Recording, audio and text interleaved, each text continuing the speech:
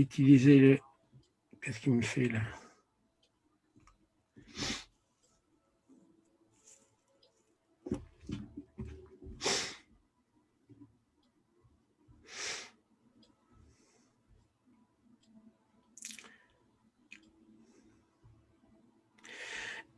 Et voilà, bonjour à tous, ça fonctionne. Voilà. Voilà, donc vous êtes sur le Facebook de Paris, tout est possible, et je vais partager pour que nos amis qui sont sur la page officielle puissent suivre avec nous, et ceux qui sont aussi sur ma page, sur le fil de l'actualité, comme on dit. Voilà, psaume 139. Ce matin, nous sommes le lundi 7 décembre. Nous approchons de Noël, vous avez remarqué. Et nous allons être ensemble avec mon invité de ce matin qui est Jean-Philippe Bard. Je vous laisse arriver tout doucement puisqu'il est 9h56, il n'est pas encore 10h. Merci à tous ceux qui nous rejoignent sur le réseau Facebook pour cette émission que nous allons vivre ensemble. Alors, déjà, vous êtes quelques-uns, vous allez vous connecter et je vais aussi partager sur d'autres réseaux pour qu'on puisse être avec nous du Québec, pour nos amis du Québec et pour ceux qui sont aussi vers Saint-Étienne aussi pour qu'ils puissent recevoir. Voilà, donc comme ça, ce matin, vous serez plusieurs connectés avec nous.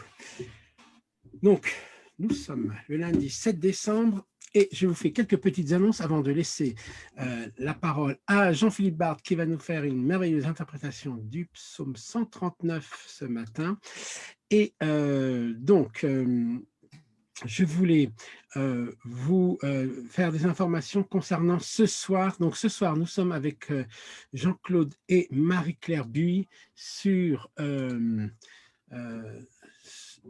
l'amour de Dieu qui est répandu parmi les plus pauvres au travers de l'alimentation, puisqu'ils tiennent une boutique alimentaire dans leur paroisse. Et donc, je vous partage ici à l'écran pour que vous puissiez voir. Donc, je le mets ici, voilà. Voilà. Donc normalement, nos émissions étaient du 2 novembre au 2 décembre, mais vous avez bien vu que nous allons les allonger jusqu'à la fin de l'année du mois de décembre. Donc, tout le mois de décembre, nous sommes ensemble tous les lundis, tous les mercredis, mais aussi tous les lundis matins sur l'émission Partage ton verset. Je vous rappelle aussi que la campagne de sensibilisation est ouverte. Vous pouvez aller sur le site internet et laisser parler votre cœur. Je vous rappelle aussi que ce fin de week-end, donc ce vendredi et samedi, nous avons l'école de guérison. Le vendredi 11, nous aurons Sébastien Korn du Canada, le leader du groupe Impact. Et le samedi 12, nous aurons le directeur des missions étrangères de Paris qui sera avec nous pour la guérison de l'intimité. Et notre prochain rendez-vous pour l'école du guérison sera le 15 et 16 janvier 2021. Oh là là, oui, 2021 est déjà à notre porte. Je vous rappelle aussi que le 8 janvier, nous avons aussi toujours l'espace prophétique qui se fera en distanciel puisque le présentiel, pour le moment, ne nous le permet pas. Vous descendez le curseur, vous avez ici, bien sûr, toutes les informations nécessaires. Vous voyez ici devant l'écran, je le mets à l'écran, vous puissiez le voir vous aussi. Donc, vous descendez le curseur. Je vous rappelle que vous avez toujours, tous les jeudis de 14h à 18h au 07 8000 15 12, quelqu'un qui est là, qui écoute et qui prie pour et avec vous pour ce temps. Alors, merci à tous ceux qui nous ont rejoints sur Facebook. Voilà, vous êtes quelques-uns ce matin. Merci à chacun d'entre vous. Avant d'écouter Jean-Philippe Bard, mais il va mettre son micro. Jean-Philippe, si tu veux mettre bien ton micro, et je vais t'ajouter pour que les gens ne puissent te voir, toi et moi, en même temps. Voilà, c'est fait. Alors, Jean-Philippe, ce matin, tu vas nous parler du psaume 139, c'est ça? Exactement. Alors, tu as choisi que nos auditeurs puissent écouter le chant qui va suivre comme un vase fragile. Pourquoi? Eh bien, parce que, vous le verrez quand je commenterai ce psaume 139, c'est un chant très intériorisé et qui me semble tout à fait je dirais, dans la spiritualité de ce psaume qui nous introduit dans l'intimité de Dieu. Parfait. Alors, je vais faire le nécessaire pour que vous puissiez voir voir et écouter ce magnifique chant. Alors, je vais vous le mettre à l'écran et pendant quelques minutes, vous allez pouvoir vous aussi vous régaler avec ce très beau chant. C'est parti. Voilà.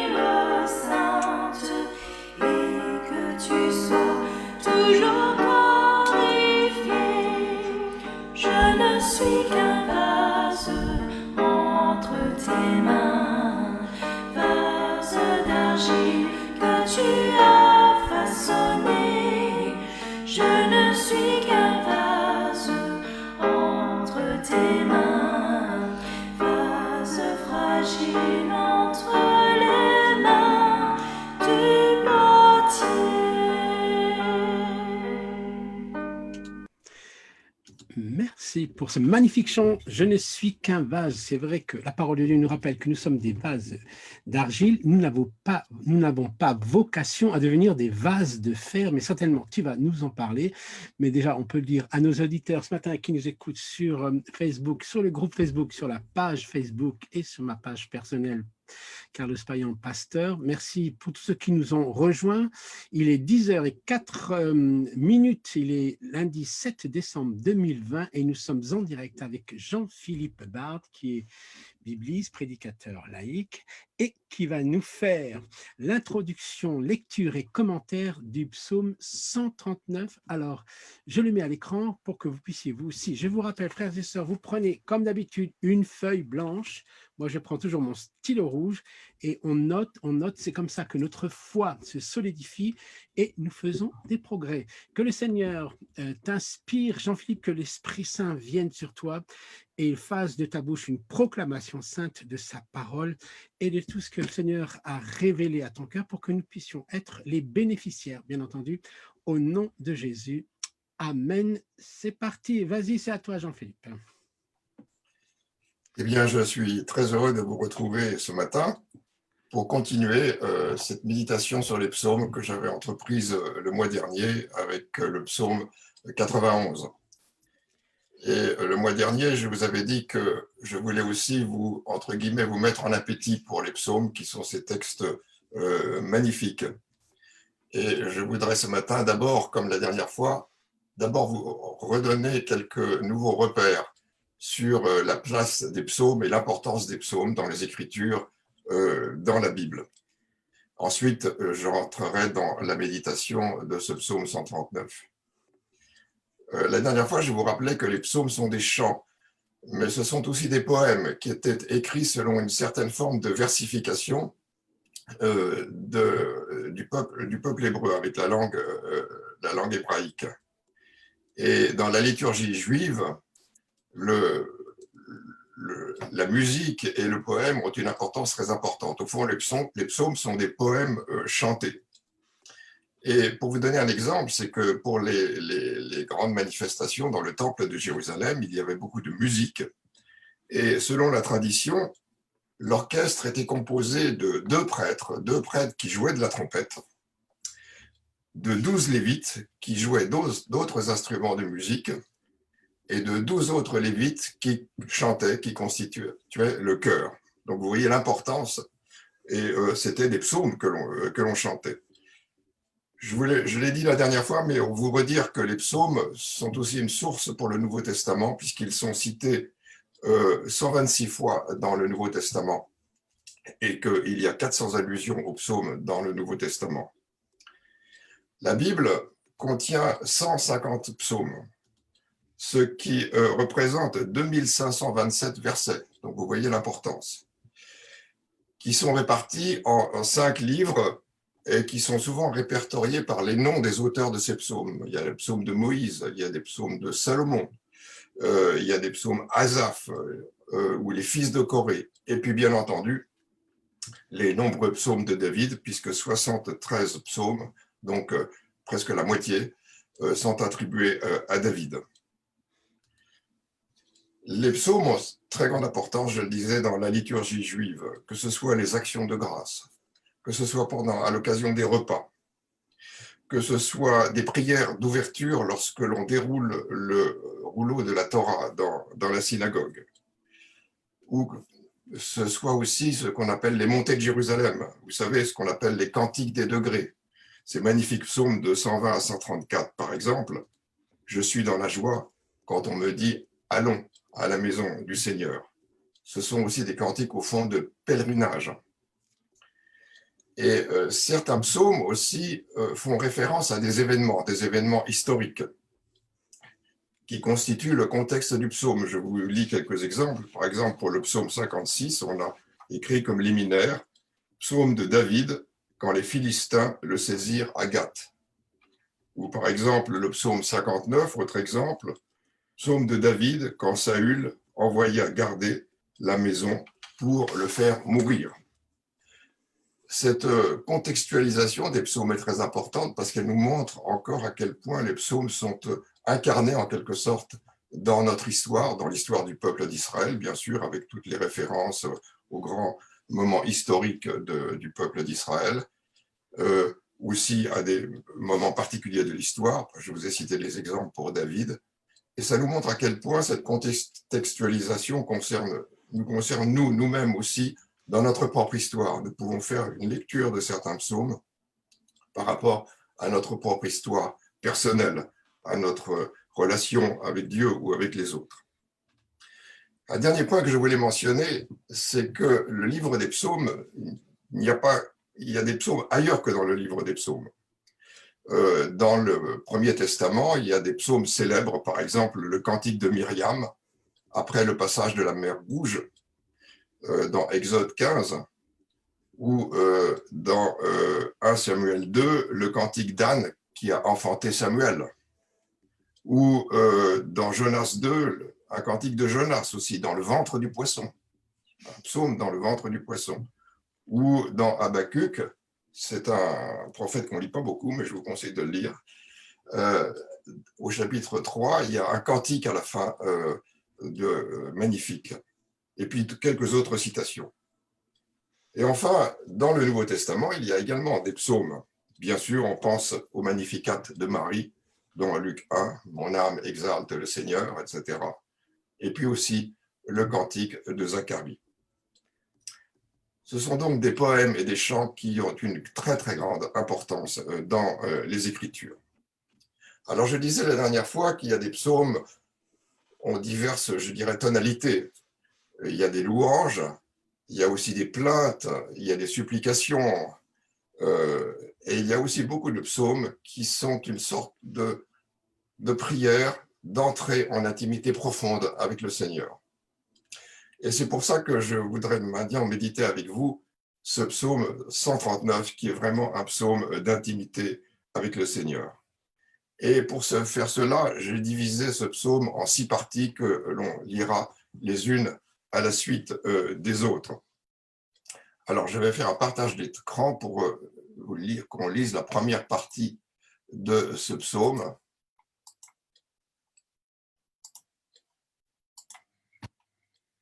Voilà, excusez-moi, il faut que je...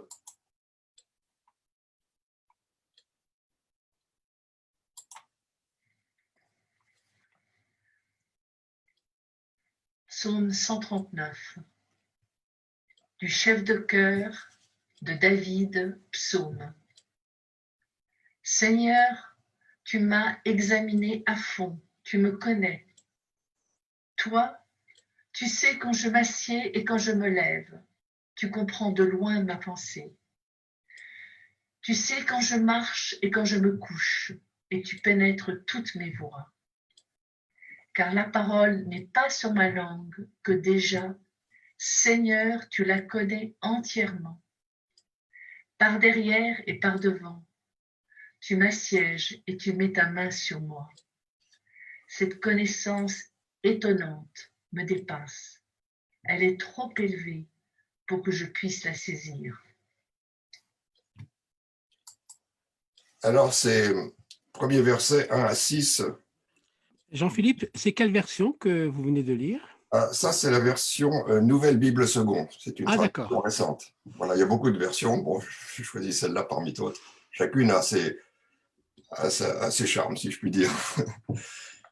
Alors, ces versets 1 à 6 nous montrent d'abord que Dieu nous connaît complètement et qu'il est le plus proche de tous les proches. Seigneur, tu m'as examiné à fond, tu me connais.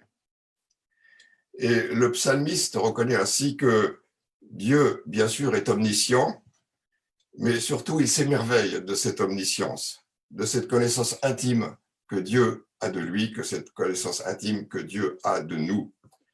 Et il se reconnaît pleinement comme la créature d'un Dieu qui est à la fois le Dieu tout-puissant et qui est aussi le Dieu tout proche.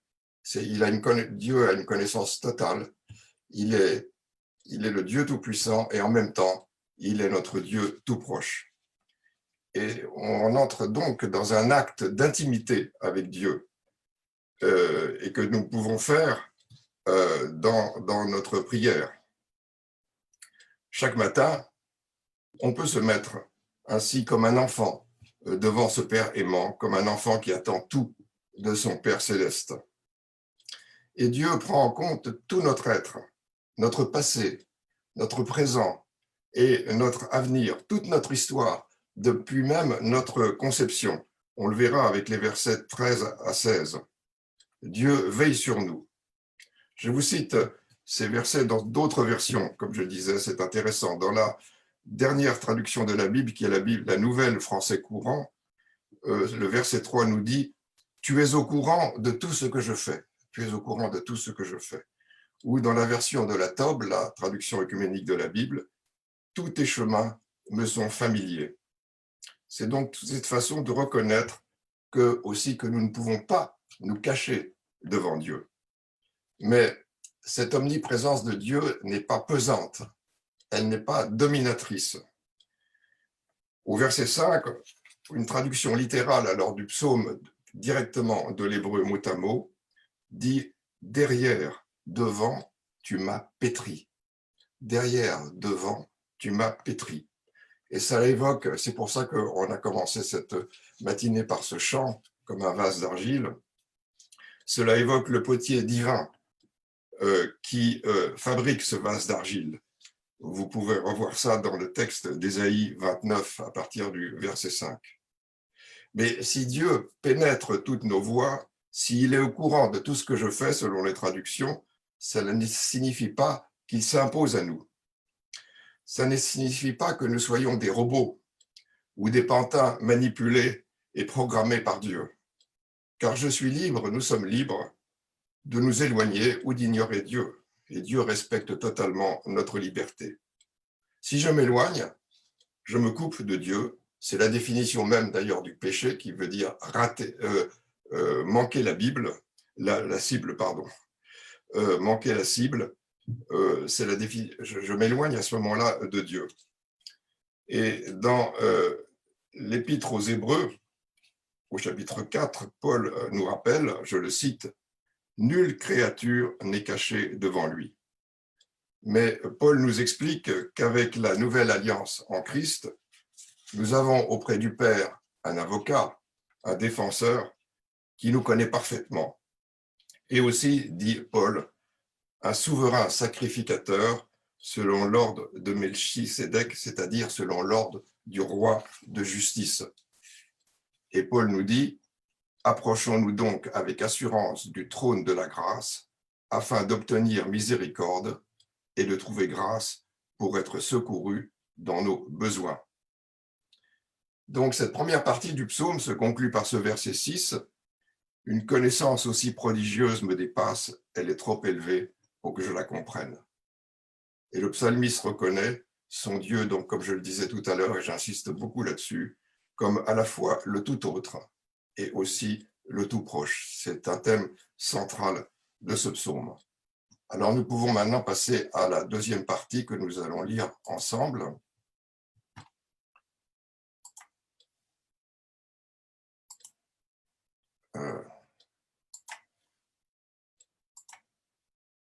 J'ai toujours un problème avec le... Voilà. Où pourrais-je aller pour échapper à ton souffle? Où pourrais-je fuir pour t'échapper? Si je monte au ciel, tu y es. Si je me couche au séjour des morts, tu es encore là. Si je prends les ailes de l'aurore pour aller demeurer au-delà de la mer, là aussi ta main me conduira, ta main droite me saisira. Si je dis, au moins les ténèbres me submergeront, la nuit devient lumière autour de moi. Même les ténèbres ne sont pas ténébreuses pour toi. La nuit s'illumine comme le jour et les ténèbres comme la lumière. Où pourrais-je aller pour échapper à ton souffle? Il y a deux façons de lire ces versets 7 à 12. Il y a ce que j'appellerais une lecture méfiante, entre guillemets. C'est-à-dire que Dieu est le juge qui me traque partout. Ça fait penser, vous savez, à ce texte de Victor Hugo dans La légende des siècles, très connu, quand il parle de Caïn. Vous savez, ce magnifique poème, quand avec ses enfants vêtus de peau de bête, échevelés, livides au milieu des tempêtes, Caïn se fut enfui de devant Jéhovah. Et Victor Hugo décrit Caïn qui est pris par le remords et qui cherche absolument à se soustraire au regard de Dieu. Et il décrit par exemple que pour échapper, par exemple, à un moment, on construit une sorte de forteresse pour enfermer Caïn, parce qu'il est poursuivi par l'œil de Dieu. Nous dit Victor Hugo, on écrit sur la porte on grava « Défense à Dieu d'entrer ». Et à la fin du poème, Caïn est toujours poursuivi par cet œil de Dieu. On creuse en quelque sorte une tombe, un souterrain que l'on ferme, et Caïn est à l'intérieur, et le poème se termine. L'œil était dans la tombe, et regardez Caïn. Alors, vous aurez compris que ce n'est pas la bonne lecture de ce texte, de ce psaume, cette lecture d'un Dieu accusateur. Il y a donc une lecture que j'appellerais une lecture de confiance, une lecture de foi. Car si Dieu est toujours présent, je peux le fuir très loin au-delà de la mer, au-delà du couchant, mais lui, il sera toujours à ma recherche, toujours à m'attendre, sans rien m'imposer. Repensez à cette magnifique parabole du fils prodigue. Le père l'attend, attend ce fils qui est parti, qui a dépensé son argent avec des prostituées, etc., etc. Le père est là, vigilant, il attend le retour toujours du fils. Il a laissé la liberté à son fils de partir, de prendre sa part d'héritage et de faire ce qu'il veut. Mais il est toujours en attente du retour de son fils. C'est tout à fait dans l'esprit de ce psaume.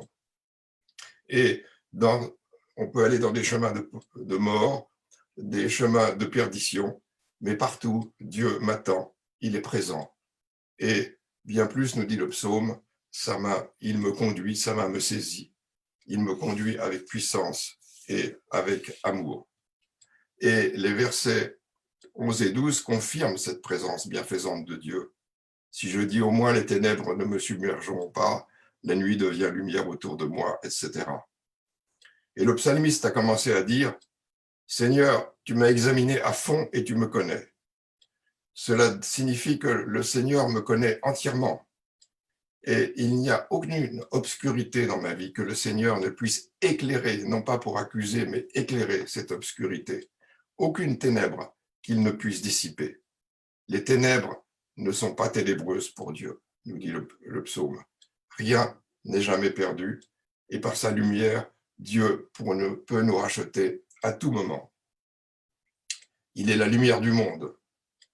Lumière sur mon sentier, dit le psalmiste au psaume 119. Et si je reprends une traduction littérale, donc mot à mot par rapport à l'hébreu du verset 11 de ce psaume, cette traduction littérale dit « Mais la nuit, la lumière me traverse ». C'est magnifique. La nuit, la lumière me traverse. Alors laissons-nous traverser par cette lumière de Dieu. Et nous continuons la lecture de ce psaume avec les versets 13 à 16.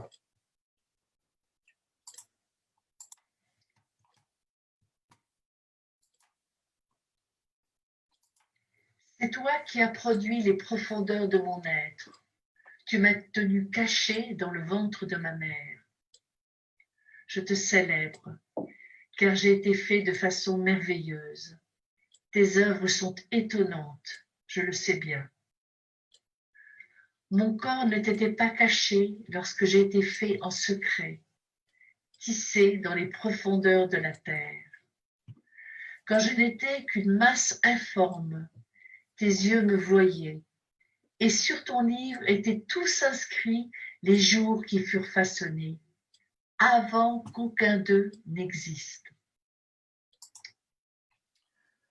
Alors, si on peut donner un titre à ces versets 13 à 16, je dirais que c'est la reconnaissance, l'émerveillement, l'amour rédempteur et guérissant.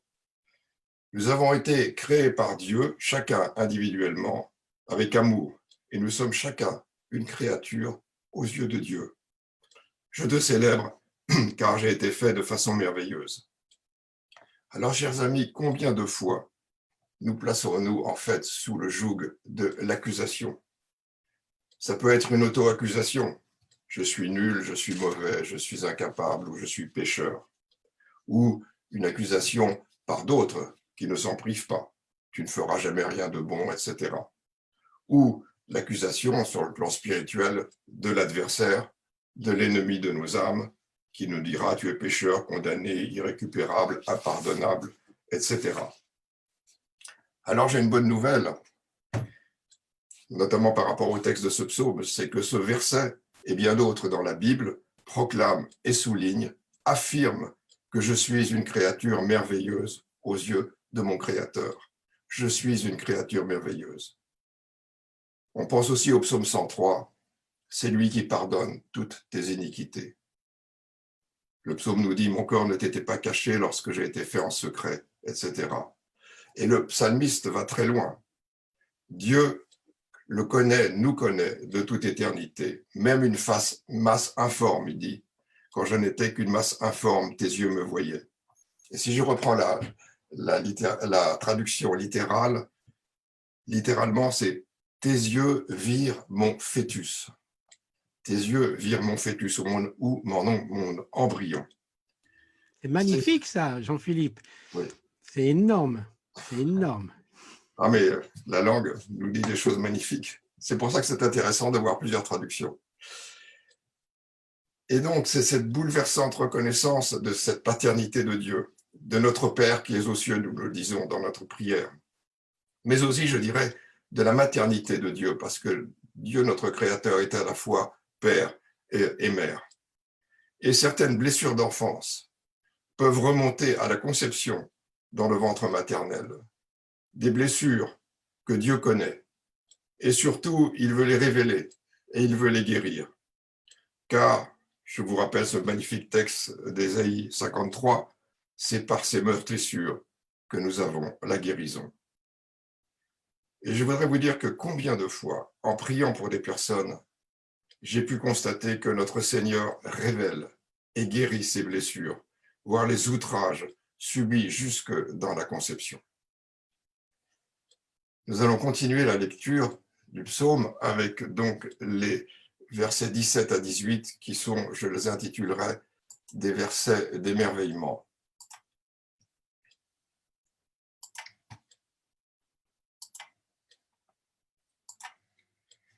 Que tes pensées, ô Dieu, me semblent impénétrables, que la somme en est grande. Si je les compte, elles sont plus nombreuses que les grains de sable. Je m'éveille et je suis encore avec toi. Oui, vraiment des versets d'émerveillement. Et au-delà de cet émerveillement du psalmiste, ces versets nous disent que l'on ne peut comprendre ni maîtriser les desseins de Dieu. On ne peut pas mettre la main sur Dieu. Et que si je ne puis pas pénétrer la sagesse de Dieu, je peux recevoir son amour inconditionnel. Et nous retrouvons là, ce que j'ai déjà dit 2 fois, ce thème central de ce psaume, de notre Dieu qui est à la fois le tout proche et le tout autre. C'est bien dit dans les versets, dans Jérémie 23, les versets 23 à 24, où Jérémie dit « Ne suis-je Dieu que de près, dit l'Éternel, et ne suis-je pas aussi Dieu de loin?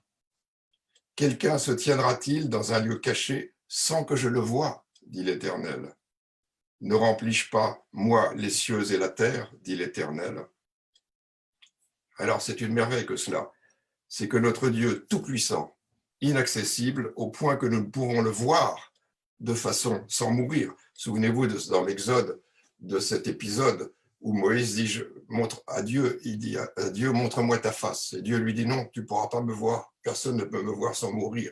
Alors tu te cacheras un peu dans un vallon et je passerai devant toi, mais tu ne me verras que de dos. Donc, c'est ce Dieu inaccessible, ce Dieu que les Juifs disent on ne peut pas mettre la main sur lui, on ne peut même pas lui donner un nom. C'est le nom imprononçable de Dieu, le tétragramme. Il désigne souvent Dieu par Hachem, c'est-à-dire le nom. Eh bien, ce Dieu tout-puissant, inaccessible, c'est aussi notre Père aimant, qui se veut tout proche de nous, au point de nous envoyer son Fils Jésus, le Christ. Et nous arrivons donc à la 5e partie de ce psaume, les versets 19 à 22, où il y a un changement de ton, vous allez le voir, ce sont des versets très particuliers.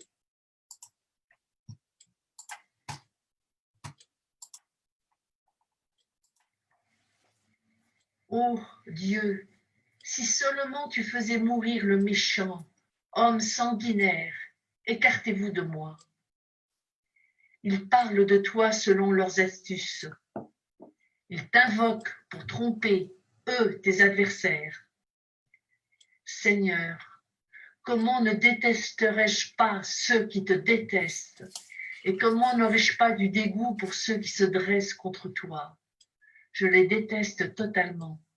Ils sont pour moi des ennemis.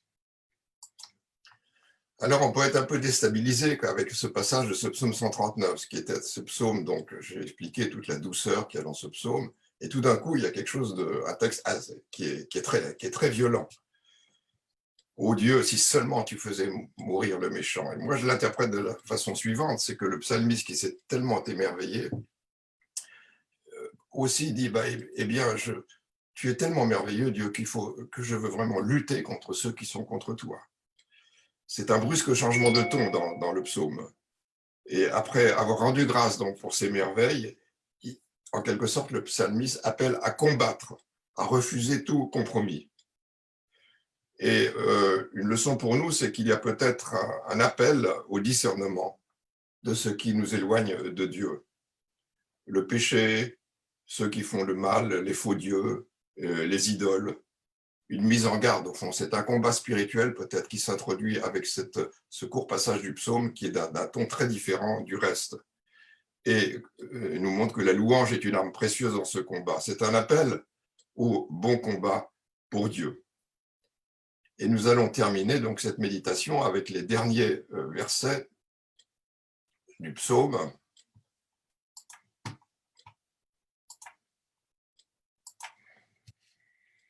Examine-moi à fond, ô Dieu, et connais mon cœur.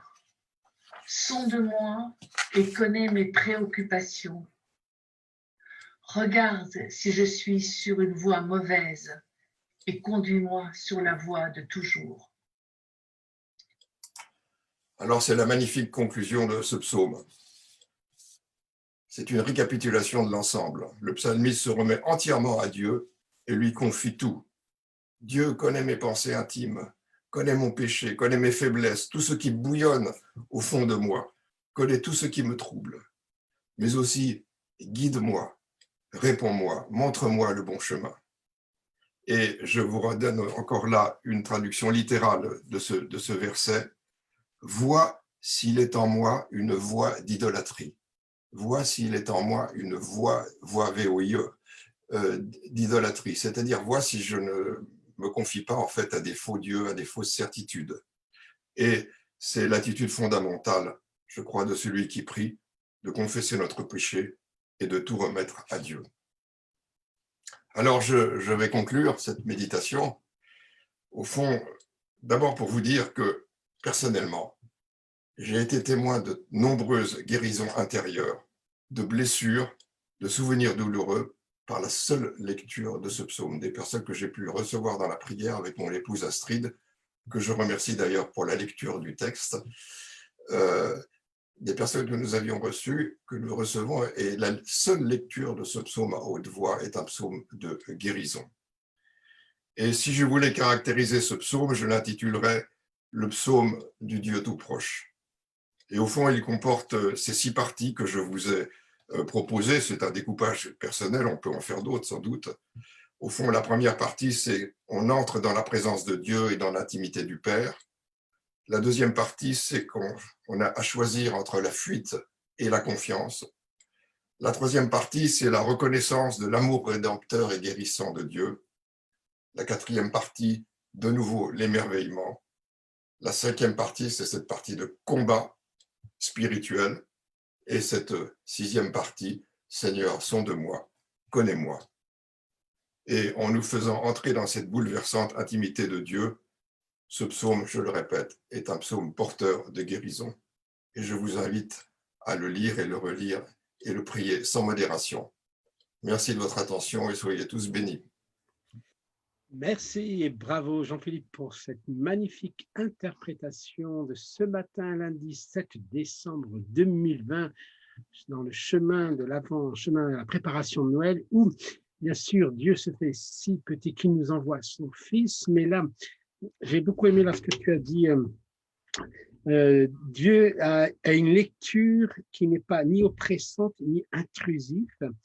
Dieu se permet de lire nos vies avec beaucoup de tendresse parce que le seul but, si on peut dire, on va prendre 2-3 minutes encore, Jean-Philippe, le seul but de Dieu, en fin de compte, c'est de croiser nos regards et il cherche à attirer l'attention parce qu'il veut nous guérir, il veut nous bénir, c'est ça en fin de compte. Exactement. Il est toujours présent, toujours à nous attendre, mais sans jamais s'imposer. Oui, c'est ça. Et là, j'ai vu que tu as insisté plusieurs fois sans jamais t'imposer. Même si il nous impose librement, si on peut dire ça comme ça, on va dire, parce que l'intérêt, il ne veut pas nous laisser dans. J'aime beaucoup dire lorsque Dieu nous aime tel que nous sommes, mais il ne veut pas nous laisser dans l'état où nous sommes, parce que sa volonté d'avoir, quand il a envoyé son Fils unique, c'est que nous soyons sauvés, que nous soyons guéris, voilà, que nous ayons, comme dit le psaume 23, le bonheur et la grâce. C'est qu'il y a quelque chose, il y a une valeur ajoutée à nos vies, c'est sa présence.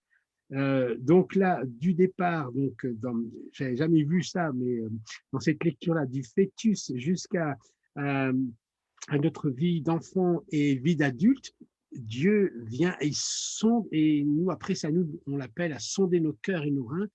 Regarde si, mêle-toi, alors je vais le dire de manière un peu contemporaine, mêle-toi de ma vie parce que je ne veux pas m'éloigner de toi, c'est ça, hein. Ça te fait sourire, je vois. Ouais. Donc, Dieu est inaccessible, donc imprononçable. Alors, tu as dit Hachem. Comment tu écris Hachem? Alors, c'est en 2 mots, il y a Ha qui veut dire le, et puis Shem, le nom. Hachem, le nom. Ah, le nom, voilà. Le nom. Donc, le nom imprononçable, c'est. Ah, d'accord. on pourrait faire un enseignement là-dessus que Dieu aussi se révèle par de nombreux noms qu'il a dans la Bible. Oui, mais ça, certainement, un autre matin, tu nous Voilà. feras ça bien volontiers en 2021. Voilà, donc merci à chacun d'entre vous. Merci à tous ceux qui nous ont regardés fidèlement sur Facebook. Je rappelle que ce matin, nous n'avons pas pu le mettre sur YouTube, mais je vais le basculer moi-même là dans le temps qui me reste. Merci à chacun d'entre vous. Je rappelle que nous avons ce rendez-vous tous les lundis matins. Partage ton verset. Donc, merci à toi, Jean-Philippe Bard, d'être avec nous ce matin. Et on te donne rendez-vous, parce que c'est presque un rendez-vous mensuel le mois prochain, c'est-à-dire qu'en janvier 21, pour de nouvelles aventures. Que le Seigneur vous bénisse et vous garde et qu'il fasse rayonner sur vous sa face. Soyez tous bénis et rendez-vous à ce soir pour aussi un temps de témoignages et de prières. Ce soir, nous avons Jean-Claude et Marie-Claire Buy, et mercredi soir, nous avons le Père Antoine Coelho pour aussi un temps de guérison. Et je vous rappelle que nous sommes aussi ensemble vendredi soir et samedi matin. Bonne semaine à tous. Soyez bénis. Au revoir, Jean-Philippe. Au revoir.